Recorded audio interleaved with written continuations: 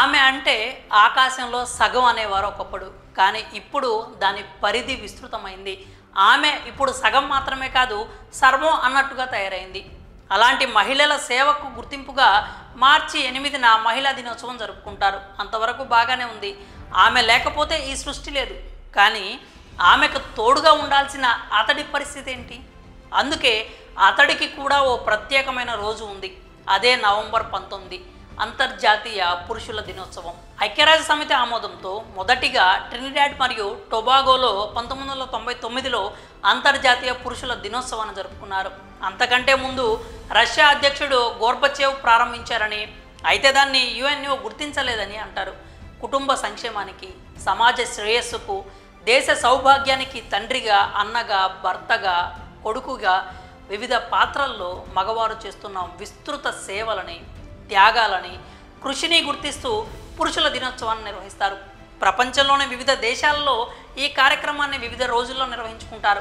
మన దేశంలో మాత్రం 2007 నుంచి సేవ్ ఫ్యామిలీ ఫౌండేషన్, దాని అనుబంధ సంస్థలు ఏటా నవంబర్ 19న అంతర్జాతీయ పురుషుల దినోత్సవాన్ని జరుపుతున్నాయి. నీకేం, నువ్వు మగాడివి, వాడంటే మగాడు, మగాడంటే వాడు, నేను మగాడిని, నా ఇష్టం, వాడు మగాడ్రా బుజ్జి, వాళ్ళకేం మగ మహారాజులు, ఇలాంటి ఎన్నో మాటలు, డైలాగులు తరచుగా వింటుంటాం. మన దేశంలో భారతీయ శిక్షా స్మృతి 498A, గృహహింస నిరోధక చట్టం, వివాహేతర సంబంధాల చట్టం, అత్యాచారాలు, లైంగిక హింస, విడాకుల చట్టం, భరణానికి సంబంధించిన చట్టం, పిల్లల పోషణ, సంరక్షణ చట్టాల దుర్వినియోగం వల్ల అనేక వేల మంది మగవారు బలవుతున్నారని అనేక నివేదికలు చెప్తున్నాయి.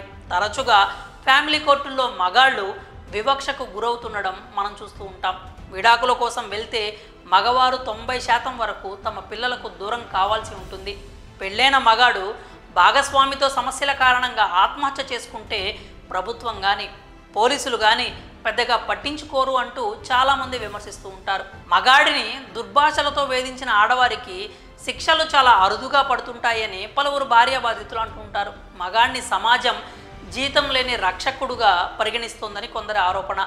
ఈ సందర్భంగా అతను చేసిన త్యాగాలను మగాడి బాధ్యత అని సమాజం తేలిగ్గా కొట్టిపారేస్తోందని వారు అంటూ ఉంటారు. భగవంతుని అత్యంత ఆకర్షణీయమైన సృష్టి మగవాడు. సరదాగా అయినా, సీరియస్గా అయినా మగవాడు చిన్నప్పుడు తన చెల్లెలి కోసం చాక్లెట్లు త్యాగం చేస్తాడు. తల్లిదండ్రులను సంతోషపెట్టడానికి తన కలలను కూడా త్యాగం చేస్తాడు. తను ప్రేమించిన అమ్మాయి ముఖంలో చిరునవ్వు కోసం తన దగ్గర లేకపోయినా అప్పు చేసి మరీ గిఫ్ట్లు కొంటాడు.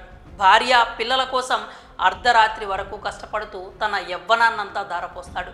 ఫ్యామిలీ భవిష్యత్తు కోసం లోన్లు తీసుకొని జీవితాంతం వాటిని కట్టుకుంటూ ఉంటాడు. కానీ ఇంత కష్టపడినా చిన్నప్పుడు తల్లితో, పెద్దయ్యాక పెళ్ళాంతో, ఆఫీస్లో బాస్తో తిట్లు తింటూ టార్చర్ భరిస్తూనే ఉంటాడు. ఓ మగవాడి జీవితం ఇతరులను సంతోషపెట్టడంలోనే ముగిసిపోతుంది. సాధారణంగా మగాళ్ళ గురించి ఏమనుకుంటారో తెలుసా? బయటకు వెళితే ఇంటిని పట్టించుకోడని, ఇంట్లోనే ఉంటే సోమరిపోతూ అని, పిల్లల్ని తిడితే వాడొక రాక్షసుడని, పోనీ తిట్టకపోతే బాధ్యత లేని తండ్రి అని సమాజం వెక్కిరిస్తుంది. భార్యతో ఉద్యోగం మానిపిస్తే వాడికి అభద్రతా భావం అంటారు. సరే, ఉద్యోగం చెయ్యి అంటే పెళ్ళాం సంపాదనకు ఆశపడే చవట అని సొసైటీ తిట్టిపోస్తుంది.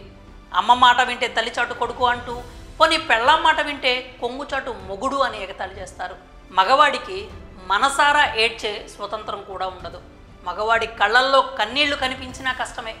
ఏడ్చే మగాళ్లను ఆడవాడితో పోల్చి మరీ ఇన్సల్ట్ చేస్తారు. ఓ మగాడు ఏడవాలి అనుకుంటే చుట్టుపక్కల ఎవరూ లేకుండా ఒంటరిగా ఏ చీకటి గదిలోనే ఏడవలసిందే. ఇలా ఏడాదిలో ప్రతిరోజు ఏదో రకంగా నిరాదరణకు, హింసకు గురవుతున్న వారి కోసమే నవంబర్ 19న ఈ అంతర్జాతీయ పురుషుల దినోత్సవం. పురుషుల గొప్పదనాన్ని గుర్తు తెచ్చుకునేందుకు, కొనియాడేందుకు ఇలాంటి రోజు ఒకటి ఉంది. సుమారు 70 దేశాలు ఏటా ఇంటర్నేషనల్ మెన్స్ డే నిర్వహిస్తున్నాయి. సో మగవాళ్ళందరికీ హ్యాపీ ఇంటర్నేషనల్ మెన్స్ డే. మరి ఈ ఇంటర్నేషనల్ మెన్స్ డే గురించి మీకు తెలిసిన మగవాళ్ళు, అన్నలు, తమ్ముళ్ళు ఎవరున్నా కానీ వాళ్ళందరికీ షేర్ చేసి వాళ్ళందరికీ కూడా ఒక్కసారి హ్యాట్స్ ఆఫ్ చెప్పేయండి.